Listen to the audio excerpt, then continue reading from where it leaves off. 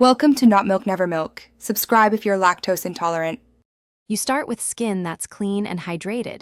This prevents patchy blending. Pat, not rub, moisturizer until your skin feels just tacky, then apply a thin primer where needed. Choose the corrector by matching tone. Green cancels red, peach or orange neutralizes blue or purple under eyes.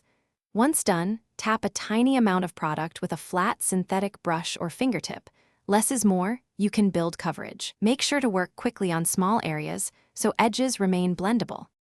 You now place the color corrector precisely where it's needed, dotting tiny amounts. Think 1-2 millimeter spots, instead of spreading large swaths. Gently press the product into skin with a damp beauty sponge, moving outward to soften edges. This retains coverage without streaks. If the color is neutralized but you still need coverage, apply a skin-toned concealer on top using thin layers. This seals the correction. Remember, build in thin steps. Heavy initial layers look cakey and obvious under lights. You finish by setting corrected areas to prevent creasing. Lightly press translucent powder with a soft puff or small brush, focusing on smiles and under eyes. Once set, inspect in natural light to confirm even tone. Make tiny adjustments with sheer layers only.